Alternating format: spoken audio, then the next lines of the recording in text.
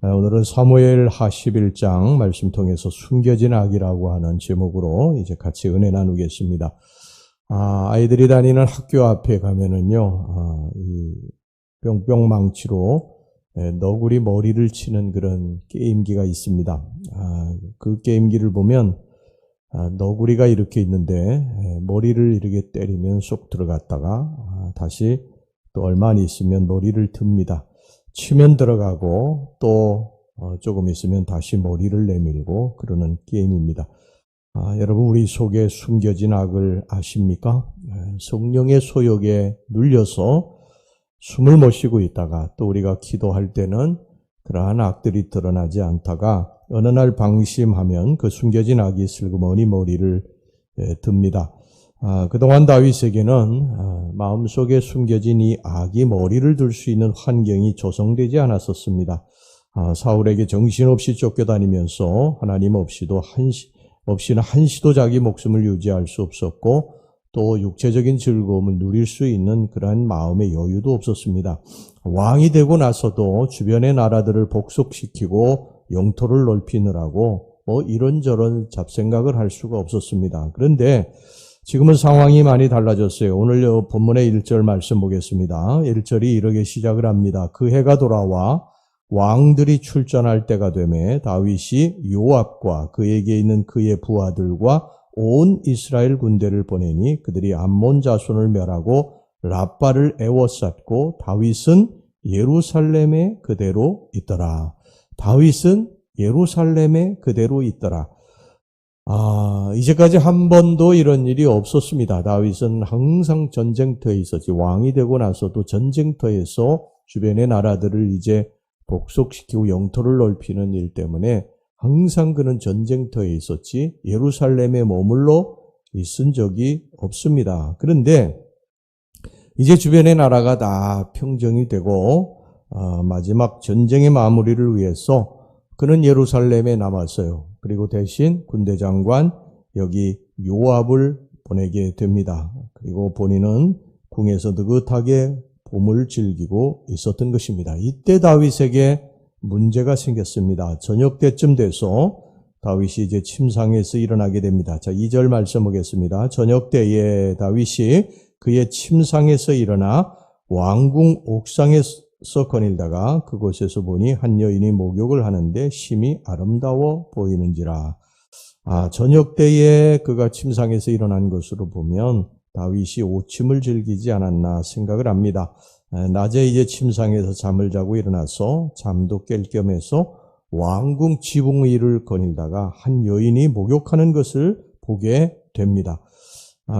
사람들은 왜 그 여인이 하필 왕이 볼 수 있는 곳에서 목욕을 했을까? 일부러 왕을 유혹하기 위해서 그런 것 아닌가? 이렇게 생각하는 분도, 그렇게 해석하는 분도 있습니다만 그것은 아닙니다. 당시에 우리네나 또 유대나라나 목욕할 수 있는 목욕 문화가 없죠. 그래서 마당에다 이제 물을 받아놓고 캄캄할 때 씻는 것이 고작이었습니다. 당시 유대인들도 그랬어요.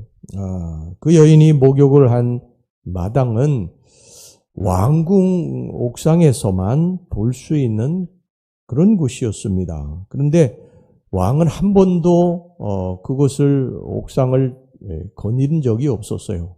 아까도 말씀드렸습니다만 항상 다윗은 전쟁터에서 싸움을 했던 사람이지 왕궁 옥상에서 한가하게 거닐면서 밑을 내려다보고 그렇게 할 여유가 없었던 것입니다. 그러니까 이 여인은 늘 하던 대로 마당에다 이제 물을 받아놓고 목욕을 했던 것 같아요. 그런데 그날 다윗이 전쟁터에 나가지 않고 옥상을 거닐다가 그것을 이제 보게 된 것입니다. 그 여인은 바로 밧세바였죠. 다윗은 이 밧세바의 목욕하는 것을 보고서 이제 유혹에 빠지게 됩니다. 안목의 정욕에 빠지게 된 것이죠. 그래서 그 여인을 데려다가 왕의 힘으로 이제 동침을 하게 됩니다. 다윗이 첫 번째 넘어간 이 정욕이 바로 안목의 정욕이었습니다. 여러분, 우리가 넘어질 수 있는 가장 첫 번째 관문이 안목의 정욕입니다. 아담과 하와가 선악을 알게 하는 나무의 실과를 따먹을 때도 처음에 안목의 정욕으로부터 시작이 됐습니다. 창세기 3장 6절은요 이렇게 시작을 합니다. 여자가 그 나무를 보는 곳에서부터 시작이 됩니다. 그리고 이어서 먹음직도 하고 보암직도 하고 지혜롭게 할 만큼 탐스럽기도 한 나무인지라. 이 처음 유혹과 시험은 거의 다가 안목의 정욕으로부터 시작이 됩니다. 그래서 욥기서 31장 1절을 보면 욥이 자기의 눈과 언약을 세웠다고 그렇게 말씀을 하고 있습니다. 눈에 보이는 것을 다 볼 것이 아니요 시험에 들 만한 것이 있으면 보지 않겠다고 약속을 한 것입니다. 이 스티븐 아터번과 프레드 스토커가 쓴 책이 있습니다. 유명한 책인데 모든 남자의 참을 수 없는 유혹이라고 하는 책인데 이 책에 보면 남자가 가장 넘어가기 쉬운 유혹이 안목의 정욕입니다. 안목의 정욕. 그래서 이 안목의 정욕이기 때문에 눈과 언약을 세워서 보지 말아야 할 것에 대해서 눈을 돌리라고 그렇게 이야기를 합니다. 대부분 남자들의 유혹은 안목의 정욕으로부터 시작이 됩니다. 일단 이 창문을 열고 유혹이 들어오면 그 악이 눈덩이처럼 불어나서 걷잡을 수 없는 또 다른 악이 시작이 됩니다. 이 다윗은 이제 안목의 정욕으로 이 밧세바를 불러서 동침을 하게 됩니다. 그리고 이제 은밀하게 그것을 덮으려고 한 것이겠죠. 그런데 이 다윗의 계략대로 되지 않았어요. 이 밧세바가 임신을 하게 된 것입니다. 그러니 지금처럼 지울 수 있는 상황도 아니고요. 다윗의 은밀한 죄가 잘못하면 들통나게 된 것입니다. 그러자 이 다윗이 밤새 계교를 꾸몄겠죠. 이 문제를 어떻게 해결해야 될 것인가. 그러다가 이제 한 가지 계교를 꾸미게 됩니다. 그것은 뭐냐면 그가 범한 밧세바의 남편 우리아가 전쟁터에서 전쟁을 지금 하고 있는데 이게 장수입니다. 그 우리아를 불러다가 그의 아내 밧세바와 동침을 하게 해야 되겠다. 그러면 나중에 이제 그 임신한 아이가 우리아의 아내라고 그렇게 사람들이 생각할 것이다. 그래서 이제 우리아를 전쟁터에서 불러들인 거예요. 이 이제 다윗의 두 번째 계략이죠. 안목의 정욕으로 처음에 넘어갔다가 이제 두 번째 이런 계략을 꾸미게 된 것입니다. 근데 이 다윗의 계략이 뜻대로 되어주지를 않습니다. 이 우리아가 나만 여기에서 내 부하들 또 내 위에 장군 요압 또 하나님의 법궤도 이렇게 진영 밖에 이렇게 있는데 나만 혼자 편히 이렇게 돌아와서 내 아내와 이렇게 동침할 수 없다. 그래서 그냥 부하들하고 함께 잔 것입니다. 충성스러운 정말 다윗의 부하죠. 여러분, 우리는 늘 그걸 기억하셔야 됩니다. 우리가 무슨 악한 계략을 꾸밀 때 누구를 해하려 한다든지 누구에게 악하게 하려 한다든지 또 죄를 지려고 한다든지 이러한 계략을 꾸미게 될 때 절대 우리의 뜻대로는 되지 않는다. 반드시 하나님이 간섭하신다. 여러분 이것을 항상 기억하시기를 바랍니다.